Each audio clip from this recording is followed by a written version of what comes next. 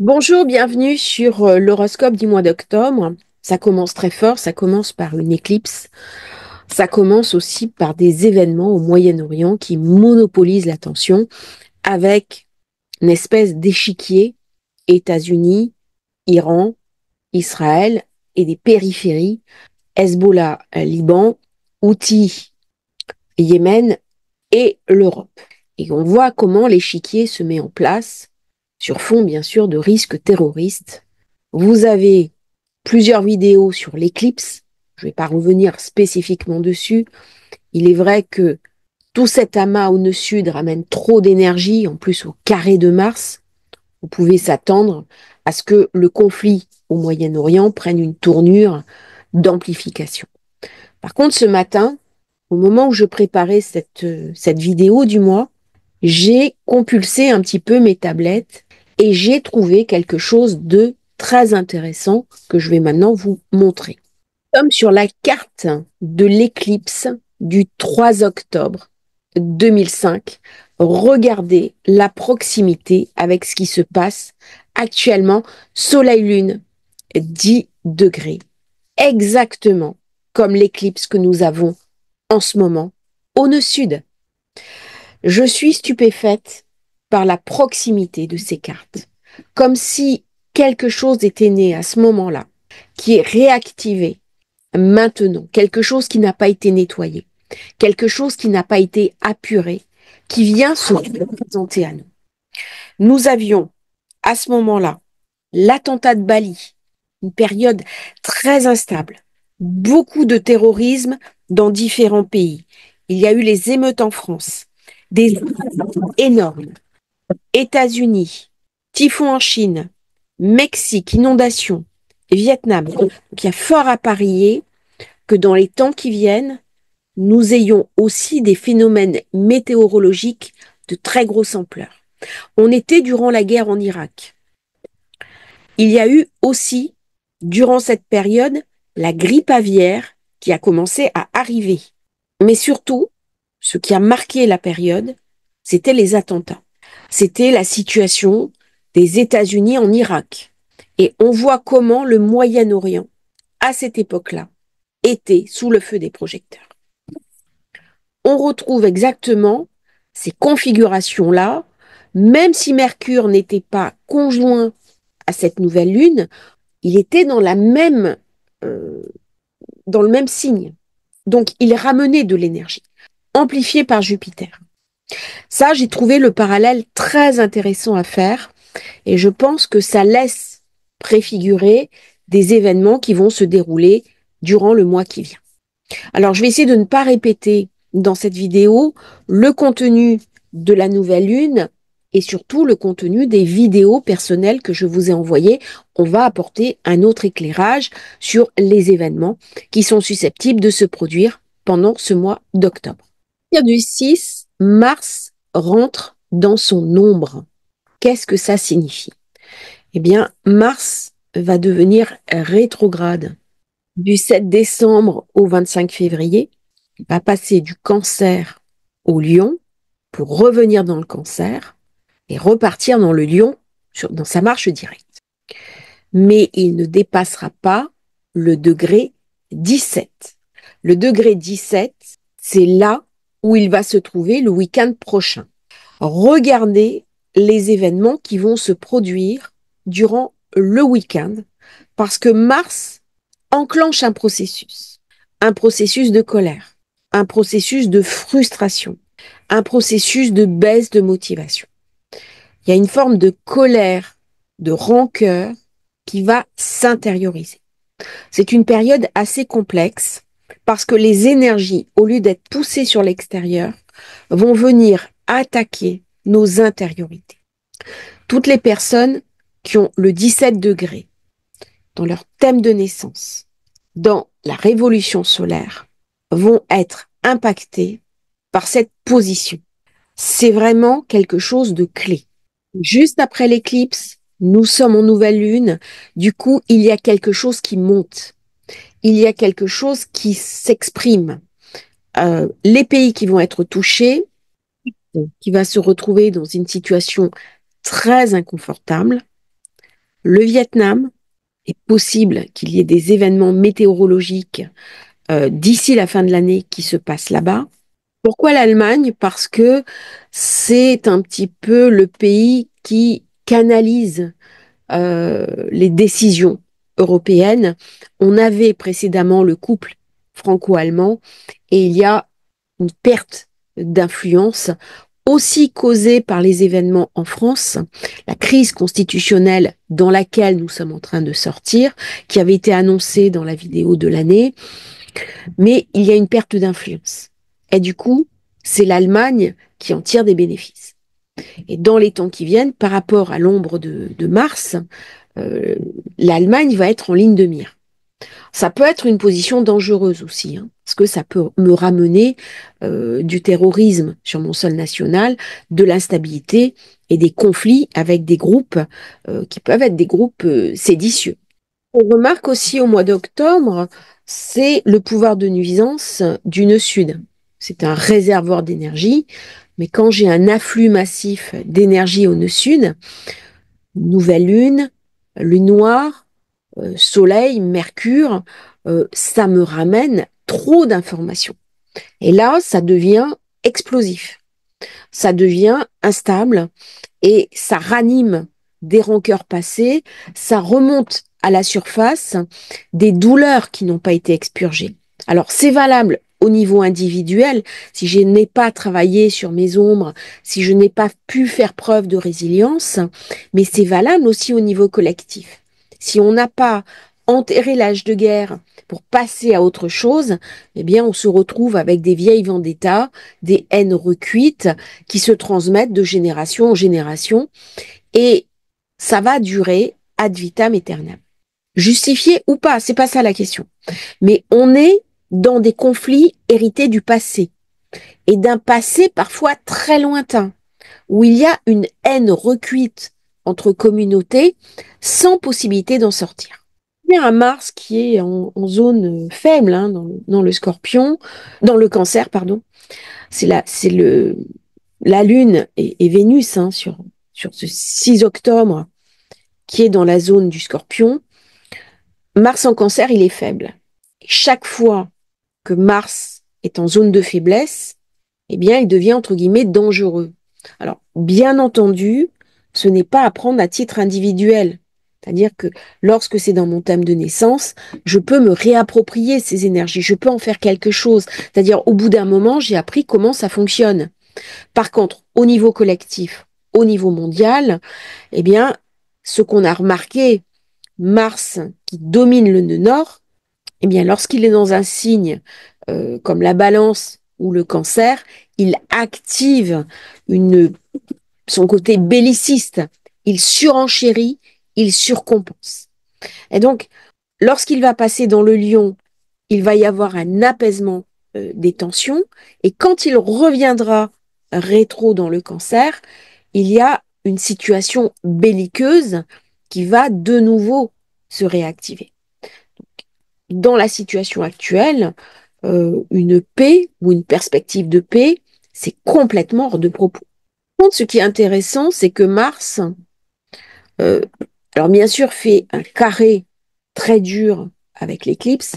On voit bien les événements qui se passent, le malheur que cela engendre sur les populations, la peur, le stress, l'angoisse. Il fait toujours ce carré avec la lune noire, Soleil, Mercure, mais il bénéficie d'un trigone d'eau. Vénus, Saturne, Mars. Donc, il y a une espèce de conscience qui monte, il y a une prise de position profondément émotionnelle, mais aussi qui invite à être très aligné sur des valeurs profondes. Alors, c'est difficile hein, de parler parce qu'on n'a pas encore les informations. On est dans une nouvelle révélation et nous aurons les informations au moment de la pleine lune. C'est-à-dire là, j'ai une nouvelle situation qui se met en place. Qui est qui fait quoi, qui est dans le juste, qui est dans l'erreur. Dans ces genres de configuration, ça demande beaucoup d'humilité. Aussi bien du côté analyste de l'astrologue que la personne qui écoute la vidéo parce que En nouvelle lune, c'est une nouvelle situation qui prend racine. Et là, on voit le conflit qui s'externalise en lien avec ce qui s'est passé l'éclipse dernière.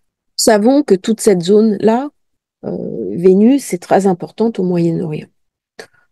C'est vraiment la planète, c'était Vénus, Cyrus, la Lune, et là, cette proximité Vénus-Lune, cette configuration ici vient me parler, bien sûr, d'une forme de fragmentation. Et c'est ce qu'on va voir pendant tout le mois d'octobre, notamment avec Jupiter carré Neptune. Il y a une lutte. C'est presque une lutte sur la vision du monde.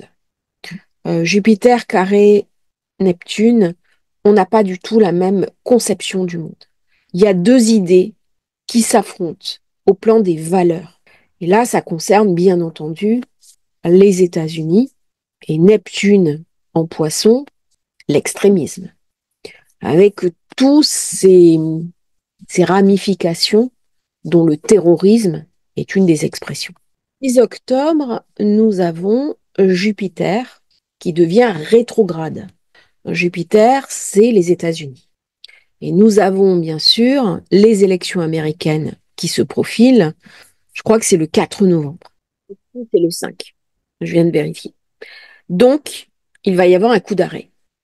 Coup d'arrêt qui est marqué par ce Jupiter rétrograde. On est juste avant les élections américaines. Forcément, ça va avoir des répercussions sur la gestion américaine du monde, sur leur interventionnisme. Et là, c'est très bien montré ce Jupiter qui est rétro, qui se prend quelque part un mur, mais qui garde quand même la main avec ce quinconce Vénus à travers des cercles d'influence. Ça va être, titre personnel, une période très intéressante. Vous l'avez dans les vidéos relatives à vos signes, par Vénus, signe d'eau, avec Saturne, avec Mars. Je suis invitée à rééquilibrer mes émotions. Je suis invitée à regarder le monde avec lucidité. Le monde vient me raconter euh, un pattern dans lequel je ne me reconnais pas forcément. Et là, je suis invitée à y trouver une place. On vient me parler d'un roman national ou d'un roman international, mais il y a sous cela une vérité que je recherche. Dès que j'ai affaire à des signes d'eau, ça vient me parler, bien entendu, de la gestion de mes propres émotions, mais ça vient aussi me parler du sens de la vie, du sens de l'incarnation. Est-ce que je subis les événements, c'est-à-dire ma vie, c'est métro, boulot, dodo? Il n'y a pas de problème pour ça. Mais est-ce que l'ensemble de ma vie, c'est ça? Est-ce qu'il n'y a pas autre chose que je peux amener de moi dans le monde qui m'entoure et un monde qui est en perdition de sens? Nous sommes toujours sur influence de balance. La balance, c'est d'une part le rééquilibrage à faire à l'intérieur de soi, entre l'extérieur et l'intérieur. C'est aussi mon rapport au monde, mon rapport à l'autre, et d'une manière plus générale, mon rapport au couple. Nous avons des sociétés qui se sont bâties pour des raisons d'opportunisme marketing sur l'idée du célibat. Et on constate actuellement les conséquences que ça a. D'une part, une baisse totale, un effondrement de la natalité, des pertes de repères au niveau sociétal, mais aussi un sentiment d'isolement. Et il y a dans les personnes qui viennent me voir, alors celles qui apprécient le célibat, c'est pas un souci. J'ai beaucoup parlé de ces thématiques, mais nous sommes en mois de balance. Mais celles qui veulent créer un couple, se projeter dans une histoire familiale, elles ont beaucoup de mal actuellement avec Uranus en taureau à faire couple, à rencontrer l'autre. Il y a quelque chose qui ne se passe plus. Et je pense que c'est la première fois dans l'histoire des hommes où il y a, enfin des hommes, des humains, des hommes et des femmes bien sûr, ce clivage, cette séparation où ça matche plus, on ne se rencontre plus. Et ça, c'est dramatique. Parce que ça génère chez nous un sentiment d'inabouti, une désespérance. Ça sera peut-être une période pour tenter de réenchanter le monde avec Jupiter qui commence à faire un très beau trigone au Soleil. Ce n'est pas parce que le monde est cruel que moi, je suis invitée à faire pareil dans mon cœur, dans ma vie. Malheureusement, je peux être très affectée par ce qui se passe dans le monde, autour de moi, au niveau de mes amis, de mes proches. Mais à l'intérieur de moi, je suis invitée à protéger une flamme, une étincelle qui est de l'ordre de Jupiter-Soleil. Parce que si je perds cette flamme, si je perds cette espérance, si je perds cette confiance, eh bien la lumière va totalement déserter le monde. Et la question des signes d'eau, c'est la question aussi du sens de l'existence. C'est-à-dire, je ne peux pas être uniquement un être organique, avec des besoins organiques, je suis un être doté de conscience. Et donc, si j'ai une conscience, qu'est-ce que je vais pouvoir en faire dans un monde en plein changement? On voit les transformations du monde depuis la période du Covid, depuis que le nœud nord est rentré en bélier, ça va à une vitesse folle. Et je crois qu'il y a une forme de décalage dans le temps où on n'arrive pas à suivre les événements. Tout va trop vite. Il y a un emballement. Euh, Dans ces configurations, j'ai toujours Uranus qui flirte avec Algol. On peut s'attendre à ce que tant qu'il est dans cette proximité, malheureusement, la situation internationale s'amplifie euh, et ramène beaucoup de drames et beaucoup de souffrances. Il faudra attendre qu'Uranus ait dépassé Algol, définitivement, se soit éloigné pour que quelque chose vienne s'apaiser. Par contre, j'ai un très beau quinconce avec Mercure. Ce quinconce avec Mercure, au début, c'est on agit dans la précipitation, dans l'impulsion, et puis après, on réfléchit à ce qu'on va faire. Là, ça vient me parler aussi de la militarisation des hautes technologies, euh, comment les connaissances informatiques s'invitent dans une guerre technologique, dans une nouvelle forme de conflit armé. C'est la première fois que la haute technologie est à ce point utilisée sur le terrain des opérations. On refait l'antériorité, les événements de cette période au niveau international, c'est bien sûr la dernière éclipse de l'année dernière d'octobre, où il y a eu les événements du 7 octobre, mais c'est aussi l'éclipse du 17 septembre.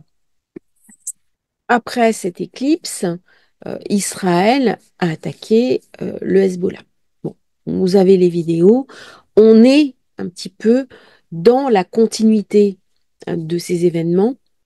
On avait vu l'importance de la technologie avec Uranus.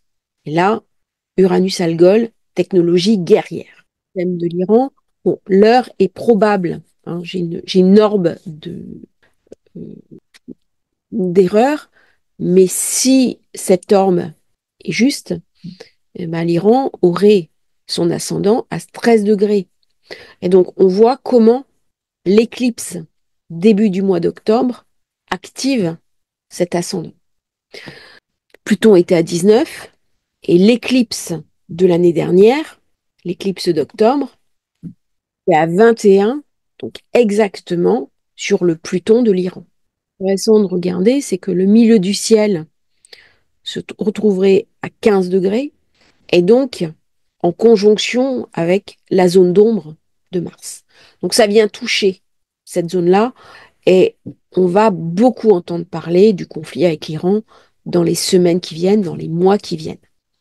Et je pense que ça va être un thème majeur de la rétro de Mars, de cette fin d'année et du début de l'année prochaine. On regarde bien, la Lune noire est toujours dans la zone 12, mais nous avons le nœud sud qui vient de passer en zone 12 et qui se prépare, on n'y est pas encore, mais en janvier de l'année prochaine, le nœud nord passe en poisson, et donc ça va créer une inversion des nœuds en Iran. Donc là, il y a quelque chose qui est déstabilisé. Il y a quelque chose dans la structure même du pays euh, qui, dans les mois qui viennent, va se mettre en place. L'Iran, il y a quelque chose qui augure, je dirais, début de l'année prochaine, un changement profond. Alors, quelque chose qui prend fin, quelque chose qui s'achève. Là, je parle uniquement au niveau astrologique. Là, on est sur le thème de Nasrallah, euh, qui est mort pendant une fête israélienne, juste après l'éclipse du 28.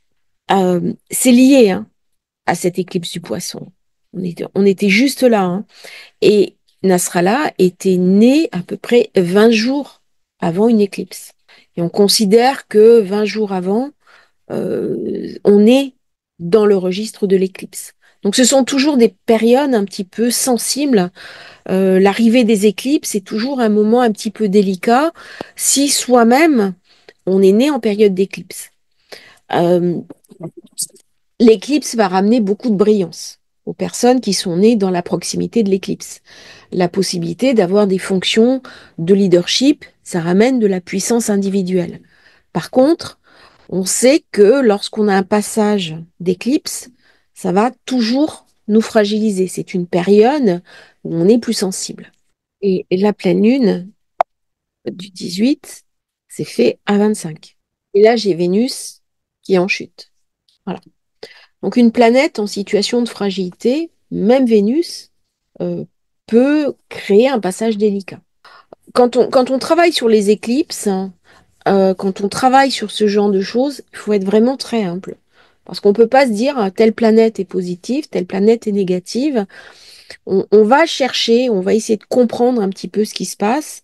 Bon, il y a d'autres éléments que je vois aussi, mais j'ai pas envie comme de créer de l'anxiété, hein. Donc il y avait une fragilité, et s'il n'y avait pas eu cette fragilité, il n'aurait pas pu l'atteindre. Intéressant aussi, j'ai eu une personne qui m'a parlé de Didi, le rappeur, un producteur de musique, qui a été arrêté le 16 septembre, la veille de l'éclipse, en Poisson, et puis l'acte d'accusation a été rendu public le 17 septembre, le jour de l'éclipse. Il a été accusé d'avoir dirigé une entreprise criminelle avec un trafic sexuel et du travail forcé.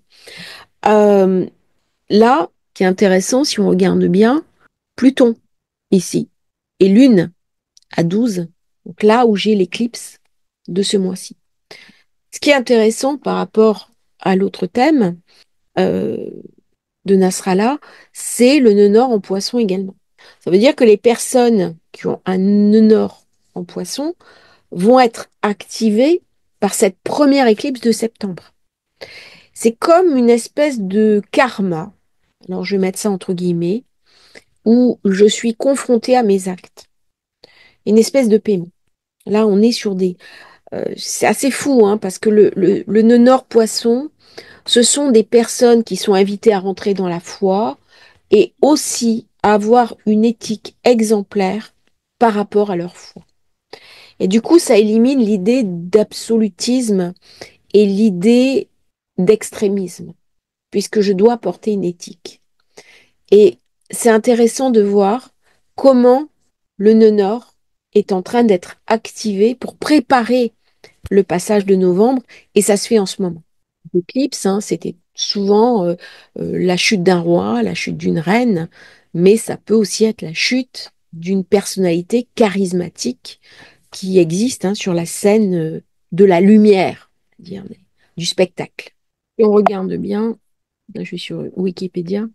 Bon, je vous avais fait la vidéo, bien sûr, mais c'est l'explosion des beepers. Voilà. Au Liban, les explosions de beepers des talkie-walkie 18. Voilà. Donc, on a eu le 17 et le 18. On a eu aussi un dépôt d'armement en Russie qui a explosé. Et 20 septembre, frappe israélienne dans la banlieue sud de Beyrouth. Voilà. On avait Ibrahim Akil. On va regarder son thème de naissance. Ibrahim Akil, pareil, qui a été tué pendant un raid israélien, nœud sud en poisson. Donc on voit bien comment il y a une activation déjà du cycle suivant. C'est assez intéressant, hein, de regarder au niveau astrologique ce qui peut se passer. Et lui avait Mars en cancer. Alors j'aime pas trop faire de l'astrologie comme ça sur des personnes qui sont décédées. Je considère qu'on a un respect à avoir pour les morts, mais vu les configurations, c'est intéressant de regarder au niveau des conséquences d'une éclipse. Bon, je m'étendrai pas plus dessus. Le 14 du mois, on aura Jupiter qui sera devenu rétro le 10, Le 12, Pluton qui redevient direct.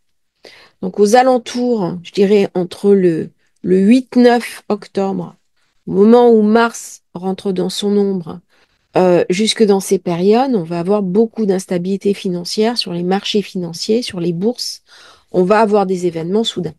Que ce soit des événements météorologiques, je dirais presque des ouragans, on a Saturne, Neptune, euh, beaucoup d'eau, des typhons, des zones quand même assez dures, comme chaque fois que Pluton ou qu'une grosse planète redevient directe, eh bien, il y a comme un bouchon qui saute. Et là, il y a des événements qui arrivent brusquement, d'autant que maintenant, Pluton va commencer son opposition à Mars. Autant dire qu'au Moyen-Orient, ça va être tendu. Ça va être belliqueux, ça va être difficile. On rentre dans une période de très grande instabilité. Bon, vous pouvez s'y attendre avec la lune noire euh, nœud sud, mais aussi Uranus qui se retrouve sur Algol, 26 degrés. Donc, je vous invite à regarder la vidéo Uranus-Algol. On reprend les mêmes, on recommence. Donc, on est dans une période dangereuse. On est dans une période où il y a beaucoup d'instabilité et malheureusement, les actualités n'ont pas fini de nous perturber. Et on est dans les moments sombres de l'histoire et on voit revenir ces fantômes monstrueux avec Mars opposé Pluton. Là, on est dans quelque chose de guerrier, de cruel. C'est sans pitié. Là, il n'y a plus de pitié. Vénus, elle est en Scorpion, elle est complètement sous la dominance de Pluton. Et c'est comme si elle lui disait, OK, tu lâches toute la puissance. La question qui se pose, si on regarde au-delà des événements, c'est aussi la question du nucléaire iranien. Ce que vient bien raconter cette carte. 21, l'Iran refuse catégoriquement aux organisations internationales de contrôle des armes de prolifération massive l'accès aux sites où sont développés ce type d'armes. Donc la situation est difficile à évoluer. D'après les observateurs, si l'Iran avait la bombe, fort probable qu'elle l'aurait utilisée. Il y aurait eu au moins des tests et les organisations de surveillance ont capacité à voir ce genre de test. On ne peut pas lancer une bombe s'il n'y a pas eu un test préalable. Mais c'est un dossier central de cette période. Il y a eu des accords pour que l'Iran enrichisse l'uranium, ce qui permettait des applications civiles. Mais là, ça a été dépassé, hein, on est à plus de 60%, et l'Iran serait en passe de maîtriser le processus de création d'une bombe. Alors, ce sont des pronostics, ce sont des évaluations journalistiques. Je n'ai pas une information plus précise à vous fournir.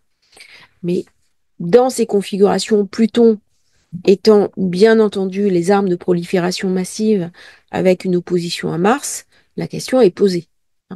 Euh, il y a quand même un bon soutien d'Uranus, un bon soutien de Neptune. J'espère que Pluton-Uranus sera supérieur en termes de protection à Mars-Pluton, qui est un aspect très belliqueux, très conflictuel. Et dans le Scorpion, on va parler de financier. On va parler aussi des coups bas, des trahisons. On va parler des coups de couteau dans le dos. Au niveau des tractations, au niveau des équilibres mondiaux, là, nous allons voir arriver des trahisons, des revirements de situation, des choses pas très belles. C'est un aspect, je crois, que Zidane a dans son thème, hein, Mercure carré Mars, et ce qui s'était passé justement quand il y avait eu ce fameux coup de tête. La tête qui est représentée, bien sûr, par Mars.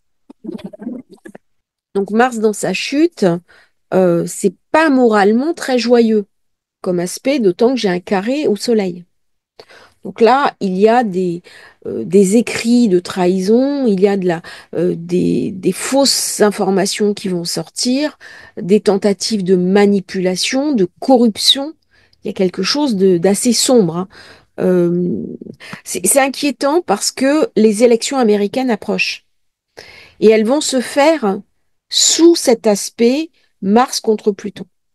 Et ça, c'est un délitement.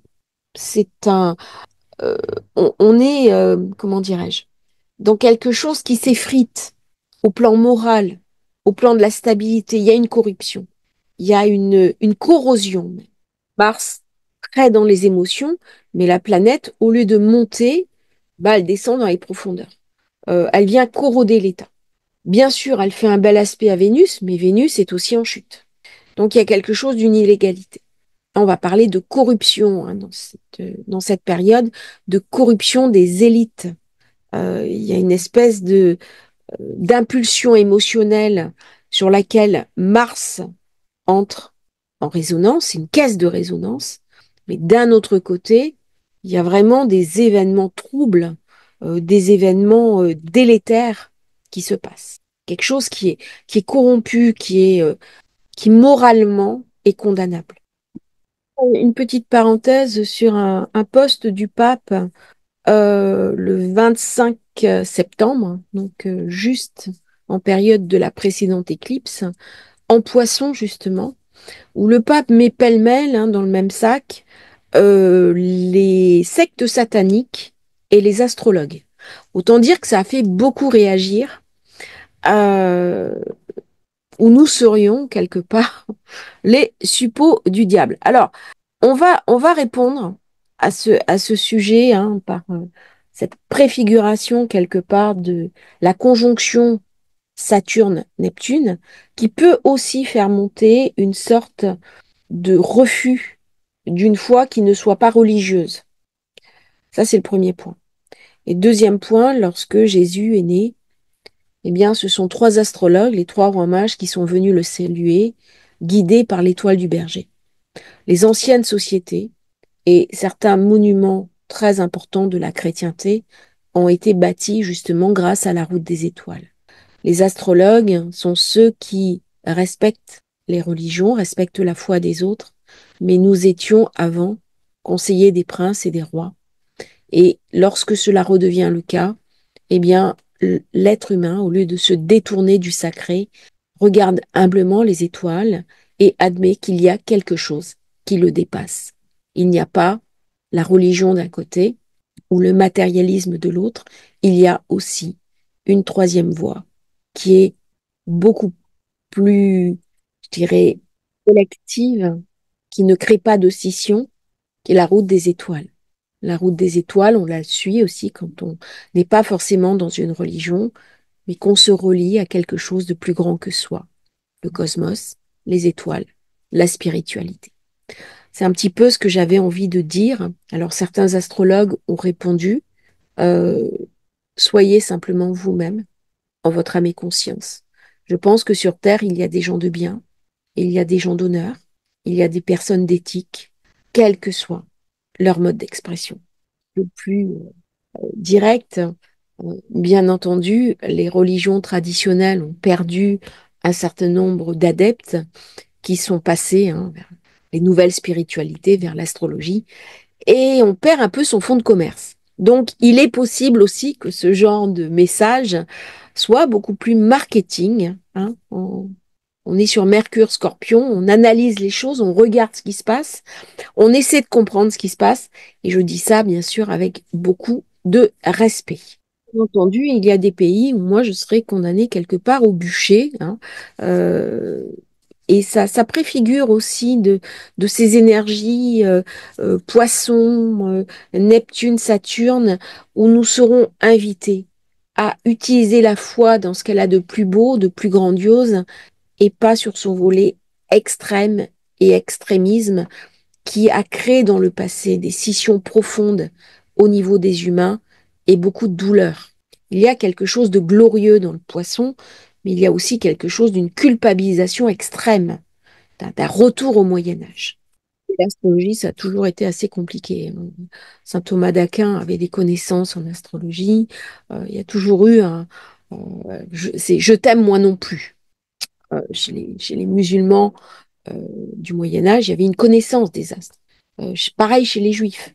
Et puis petit à petit, il y a eu un espèce de d'ostracisme de l'astrologie qui est revenu sur le devant de la scène j'ai envie de dire, fin du 19e siècle, début du 20e, avec des grandes personnalités qui ont émergé et qui ont recréé une dynamique positive. D'autant plus surprenant comme remarque qu'il y a des astrologues chrétiens, je pense en particulier à Denis Labouré, qui sont des personnes qui œuvrent pour le bien. Il y a eu beaucoup de liens entre astrologie et chrétienté, où le but reste d'aider la personne et de soutenir son prochain. Il y a une grande empathie normalement, une grande éthique que l'on va mettre au service de la personne qui vient nous voir, parce qu'elle a besoin de réponses, parce qu'elle traverse une période difficile. Il ne s'agit pas de l'enfermer dans un mode de pensée et de lui confisquer son libre arbitre. Pas du tout. Il s'agit au contraire de lui montrer comment elle peut profiter d'une période favorable ou comment elle peut nager dans une période difficile. Arrivons maintenant à la pleine lune d'octobre qui se fait encore une fois au détriment de Mars. Alors, je ne sais plus, mais ça, il sera sur le degré 22. Mars, c'est la colère, c'est la violence, c'est la guerre, c'est les horreurs dont l'humain est capable. Il n'a pas de retenue. Là. Il est, au contraire, en pleine explosion de violence, et au plus il va être violent, au plus il va être content quelque part. Il y a une forme de sadisme dans cette position de Mars, et nous allons voir dans les temps qui viennent des choses assez dures euh, dans les informations. J'ai encore une fois un- un grand carré, et là, c'est le jour de la pleine lune. Donc on va me montrer des choses qui peuvent être insoutenables. Dans cette période-là, les enfants aussi vont être touchés, malheureusement. Il y a une grosse cruauté hein, dans cette pleine lune d'octobre qui personnellement ne m'inspire pas du tout. Et j'ai la lune qui avec Chiron. Donc il y a une douleur extrême, une douleur qui est dans nos racines, une douleur qui est au plus profond de nous. On nous montre la nature humaine dans ce qu'elle a de plus absolu, mais pas sous le volet positif. Moi, je suis sur la dernière éclipse de la Balance. Donc, on préfigure déjà le cycle d'après. Le nœud nord, quand il va rentrer dans le Poisson, ça va me connecter sur les religions. Ça va me connecter aussi sur l'idéologie. Ça va me connecter sur le- une approche très extrémiste de la vie. Alors, bien sûr, le Poisson, c'est la compassion, mais à condition qu'elle soit exprimée de manière positive. Sinon, j'ai la compassion pour les gens de mon groupe, et puis peu importe les autres. C'est pas forcément une vraie compassion. Mars est en carré croissant. Et cet aspect va être clé dans la fin de l'année. Et de toute façon, tant qu'il va rester dans l'ombre, dans la rétrogradation, il y a une situation délétère qui s'est mise en place. Elle ne va pas se calmer de sitôt. Donc, pour moi, le conflit qui est en jeu au Moyen-Orient, par rapport à une carte de ce type, en sachant que je vais avoir fin d'année la rétro de Mars, euh, la situation ne va pas se calmer. On ne pourra pas signer des accords de paix. Parce que d'une part, Mars, à un moment donné, va quitter cette opposition à Pluton, mais dans la rétro, il va y revenir, avant de la quitter définitivement. Donc tant que Mars n'aura pas lâché cet aspect, je pense qu'on est dans une situation qui est plus que tendue. Là, on est sur une guerre avérée. Là, il y a les différentes forces en présence qui prennent leur marque. Et Jupiter, bien aspecté avec le Soleil, est très puissant, bien aspecté avec la Lune, il est très puissant. Là, on est vraiment l'Occident mené par les États-Unis. Le carré à Neptune, pour moi, le Neptune représente le monde musulman, le monde arabe. Alors, pas, on n'est pas en guerre contre le monde arabe. Je reprécise ma pensée parce qu'en plus, il y a des soutiens de pays qui n'ont pas du tout envie de se mélanger avec l'extrémisme. Donc, c'est une vision extrémiste du monde arabe. C'est complètement différent. Je fasse attention à ce que je dis parce que nous ne sommes pas en guerre, les États-Unis ne sont pas en guerre contre le monde arabe. L'Arabie saoudite fait partie des alliés. Pareil la Jordanie, pareil la Turquie, où les États-Unis ont des bases. Mais il y a actuellement une problématique qui va complètement se révéler et se montrer au grand jour sur l'extrémisme un extrémisme terroriste, notamment quand Neptune va rencontrer le nœud nord. Là, on va vers un clivage du monde. On va vers des tensions énormes, on va vers de la colère, on va vers des disputes, on va vers des attaques de personne à personne. Et autour de la table, les dîners en famille ne vont pas être calmes avec ce genre de configuration. C'est-à-dire, on va s'opposer pour ces idées. Et on va vers un monde qui est très clivé. Et un monde clivé, c'est un monde où on souffre. Parce que je n'arrive plus à parler à mes amis, je n'arrive plus à parler à mes proches. Chacun est dans ses idées, chacun est dans son camp. Et l'idéologie prend le pas sur l'affect. Ça, c'est le côté ombre du poisson. On est sur des cartes très émotionnelles, hein, très, très émotionnelles.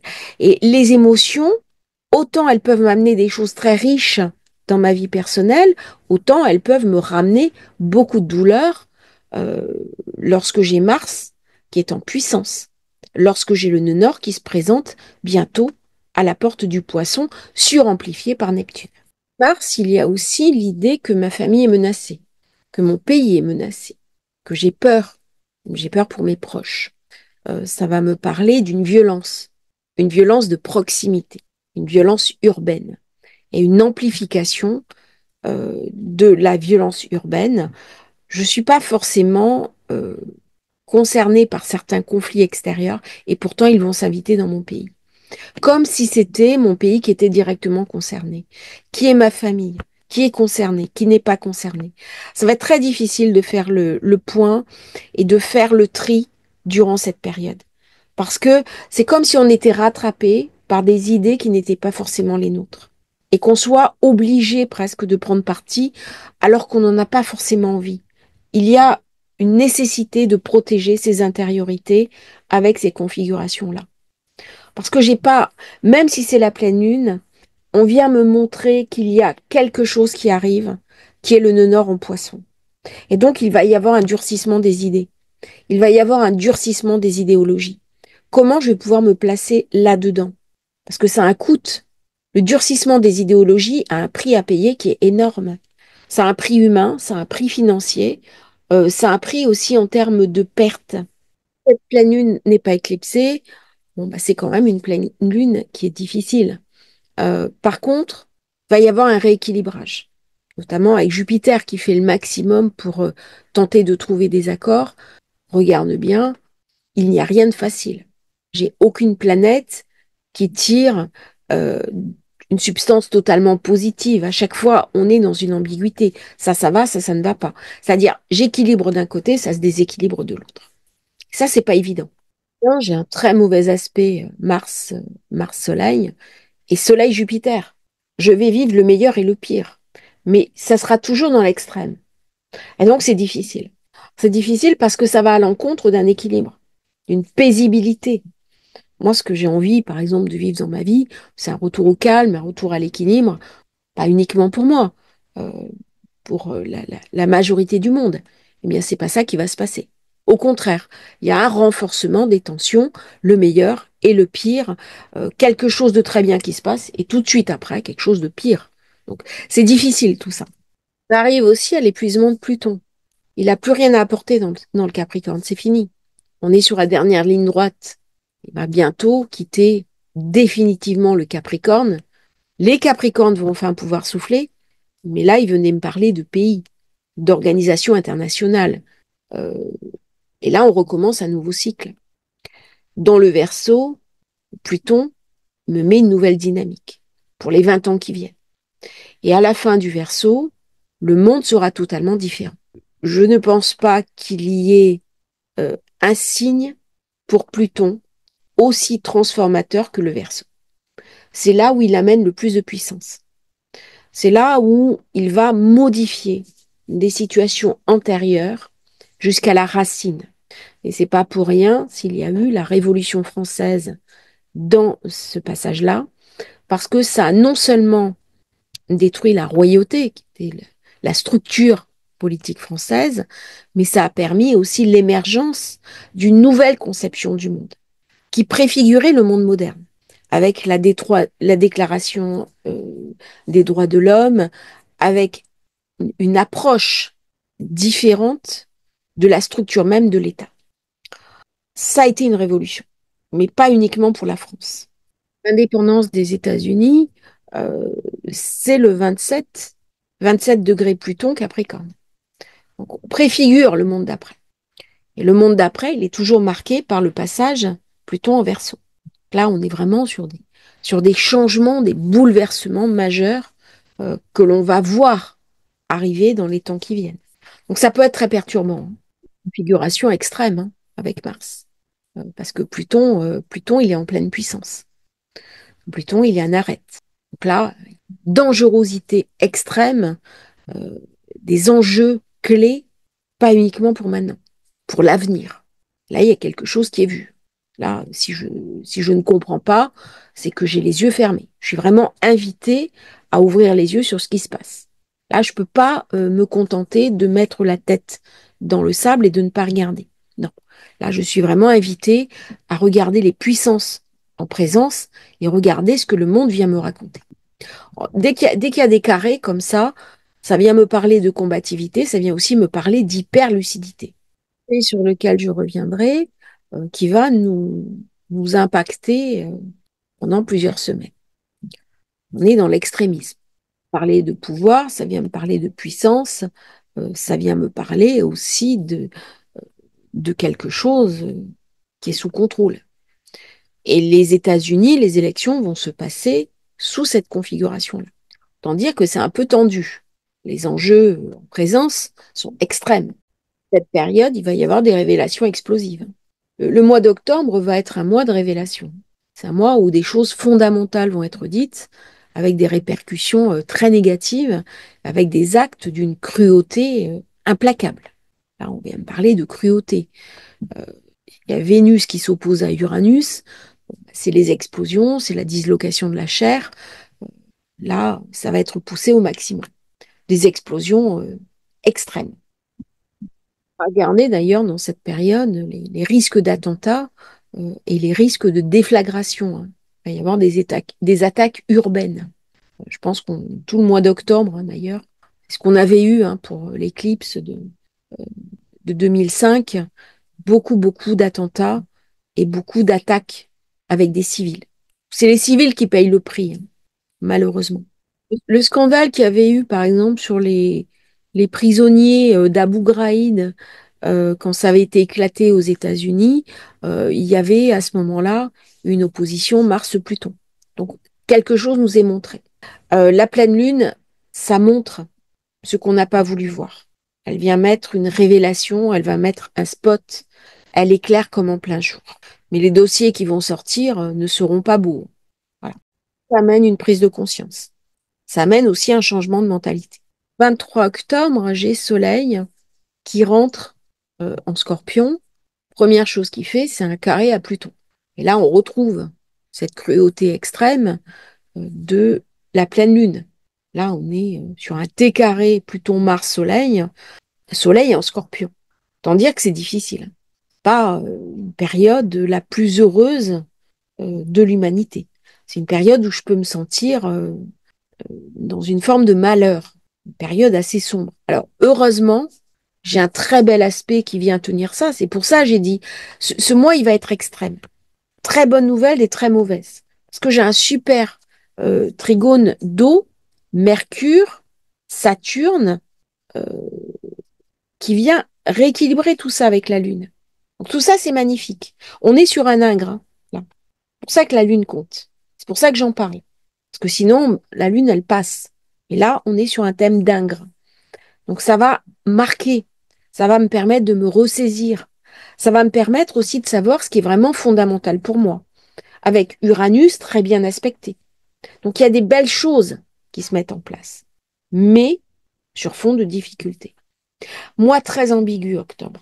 Très ambigu.